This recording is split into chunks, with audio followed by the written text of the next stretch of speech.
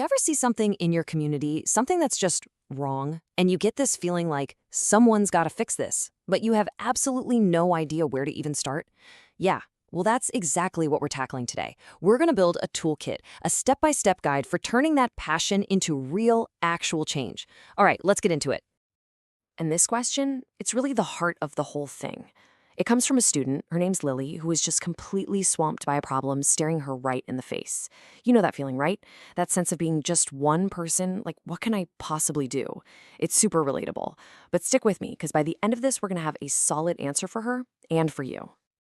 Okay, so before we can start building this awesome toolkit, we first have to get a real handle on the problem itself. Let's dig into what Lily was really up against. So this is Lily. She's super passionate about the environment, but her high school, man, it was like a plastic nightmare. Every single day she saw this just tidal wave of single-use plastic everywhere. Bottles in the cafeteria, snack wrappers all over, litter on the grounds. So one day she actually sat down and did the math, and she was floored. Her school was churning through thousands of these plastic items every single week. The sheer scale of it all was just completely overwhelming. No, seriously, pause for a second. Put yourself in her shoes. You see this massive problem, you're feeling that frustration build up. What's your first move? It's not an easy question, is it? And that feeling right there, that I don't even know where to begin feeling, that's the exact wall we're going to learn how to break through today. And here it is. This is the antidote to that feeling of powerlessness. It's this idea called active citizenship. And look, this isn't just about voting once every few years. It's a mindset. It's the core belief that you, yes you, can and should take action to improve the world around you. It's about shifting from being a spectator to actually getting in the game. And if you think one person can't make a difference, just look at history. A single act of defiance from Rosa Parks, refusing to give up her seat, sent shockwaves that helped change an entire nation. Or think about Greta Thunberg, who started as one teenager with a sign and sparked a massive global movement. It's powerful proof that you are never too young or too small to have a huge impact.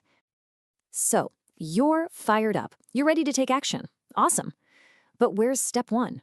It's right here. The very first tool we're putting in our toolkit is all about finding solid, reliable information. Because your passion is the engine, for sure. But facts are the fuel that makes it go. And let me tell you why this is so important. We are just flooded with information these days, right? And having strong feelings, as valid as they are, just isn't enough to change minds or policies. You've got to have a rock-solid foundation of trustworthy facts.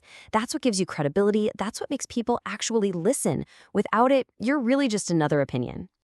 So to build that foundation, we need to know the difference between our building blocks. A fact is something you can prove.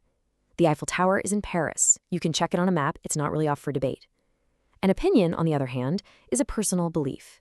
The Eiffel Tower is the most beautiful building in the world. Well, that's just like my opinion, man. You can't prove it right or wrong. Getting this difference locked in is step one to thinking clearly. Okay, so how do you actually test if a source is legit? Easy. You use the CRAAP test. And yeah, I know, the name is a little funny, and that's kind of the point, so you remember it. But this simple acronym is a super powerful filter. For any source you find, just run it through these questions. Is it current? Is it relevant? Who has the authority to talk about this? Is it accurate? And what was their purpose for publishing it in the first place? All right, you've got your fuel, you've got the facts. Now it's time to build the engine that's actually gonna drive the change. We're talking about crafting a powerful, persuasive argument. You know, the word argument gets a bad rap. We immediately think of fighting or yelling, but that's not what this is. Think of it more like building a case. It's a structured, logical process for presenting your ideas, justifying them with evidence, and leading your audience to a clear conclusion. It's truly the art of persuasion. And pretty much every great argument, from a legal case to a school project, is built on these 4 pillars. First up is your claim. What are you trying to prove? Then the reason. Why is your claim true? You back that up with evidence, those hard facts you gathered. And finally, the impact. Why should anyone care? If you nail all 4 of these, you've got a bulletproof case. And here it is, your step-by-step guide to building that case. It takes you from that first little spark of an idea all the way to a polished argument. Now pay extra attention to number 5. Consider key objections. This is the secret sauce, right here. A good argument makes its point. A great argument knows what the other side is going to say and is already prepared with an answer. It's a total game changer. All right, you've done the research, you've built a powerful argument. Now for the final section. How do you actually deliver it? This is where all your hard work meets the real world. And please do not overlook this part.